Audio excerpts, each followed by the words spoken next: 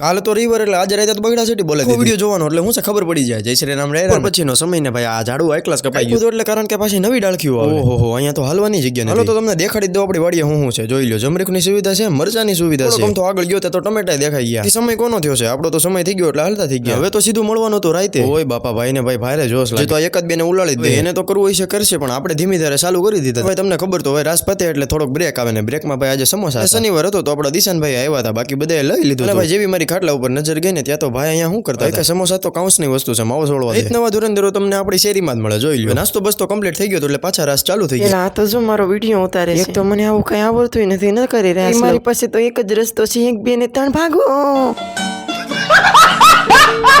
હવે નાસ્તો તો આપણે કર્યો હતો એટલે આપણે રાસ લેવા માંડ્યા રાસ જેવા પૂરા થયા ચાલુ થઈ ગયું મારું